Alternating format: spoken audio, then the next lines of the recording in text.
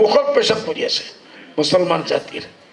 তথাপিও মুছলমান 20% মুছলমানে তাৰে ভোট দিবই দিব। ডেইলি লাট মাৰি আছে, পেশাব পেলাই আছে ওপৰত। হেমন্ত বিশ্ব শৰ্মাই পইচাৰ দৰজা খুলি দিব। ডেইলি লাট মাৰি আছে, পেশাব পেলাই আছে ওপৰত। মুখত পেশাব কৰি আছে মুছলমান জাতিৰ। তথাপিও মুছলমান 20% মুছলমানে তাৰে ভোট দিবই দিব। আপোনালোকে আমি কিহৰ লড়াই কৰি আছো? কেইবাজন মানুহক এইবাৰ জলেশ্বৰত, যোৱাবাৰ আপোনালোকৰ ৰাজত্ব আছে, এই 5 বছৰ কংগ্ৰেছৰ ৰাজত্ব কৰিছে, আকৌ 5 বছৰৰ কাৰণে কে ৰাজত্ব কৰিব? এইটো আমাৰ যুদ্ধ না আমার কোনো ইস্যু আছে? মর তো লাগে, পাবলিক তো পাবলিক বহুত দূরের কথা, পাবলিক তো বহুত দূরের কথা। আমি নেতা সকলে ইলেকশন সাহেব মোদী জি বিজেপি তারিফ কৰিব নালাগে। ওনার এজন বেয়া মানুহ যদি ভাল কাম করে, স্ট্র্যাটেজি তার যে ইলেকশন লড়ার, এই শিকিব লাগিব।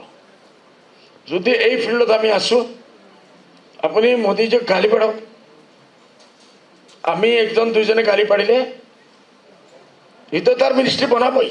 বিহাৰত বনাই দিছে, হাৰিয়ানাত বনাই দিছে, মহাৰাষ্ট্ৰত বনাই দিছে। যিদিনা বিহাৰত হাৰিছে, জিকিছে, এইদিন দিল্লীত তাৰ হেডকোৱাৰ্টাৰত কি লেকচাৰ দিছিল, কিমান মানুহ দেখিছে? মই নাজানো, মই দেখিছোঁ।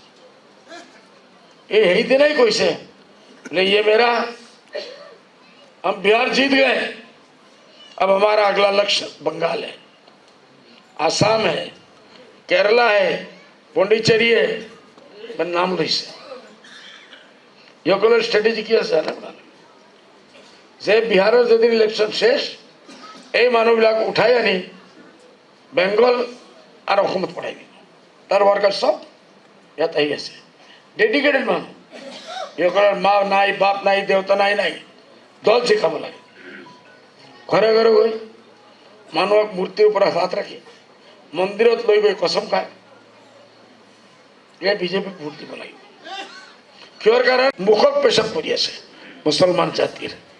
তথাপিও মুছলমান 20% মুছলমানে তাৰে ভোট দিবই দিব। ডেইলি লাট মাৰি আছে, পেশাব পেলাই আছে ওপৰত। হেমন্ত বিশ্ব শৰ্মাই পইচাৰ দৰজা খুলি দিব। ডেইলি লাট মাৰি আছে, পেশাব পেলাই আছে ওপৰত। মুখত পেশাব কৰি আছে মুছলমান জাতিৰ। তথাপিও মুছলমান 20% মুছলমানে তাৰে ভোট দিবই দিব। আপোনালোকে আমি কিহৰ লড়াই কৰি আছো? কেইবাজন মানুহক এইবাৰ জলেশ্বৰত, যোৱাবাৰ আপোনালোকৰ ৰাজত্ব আছে, এই 5 বছৰ কংগ্ৰেছৰ ৰাজত্ব কৰিছে, আকৌ 5 বছৰৰ কাৰণে কে ৰাজত্ব কৰিব? এইটো আমাৰ যুদ্ধ না আমাৰ কোনো ইস্যু আছে? মৰ তো লাগে, পাবলিক তো পাবলিক বহুত দূৰেৰ কথা,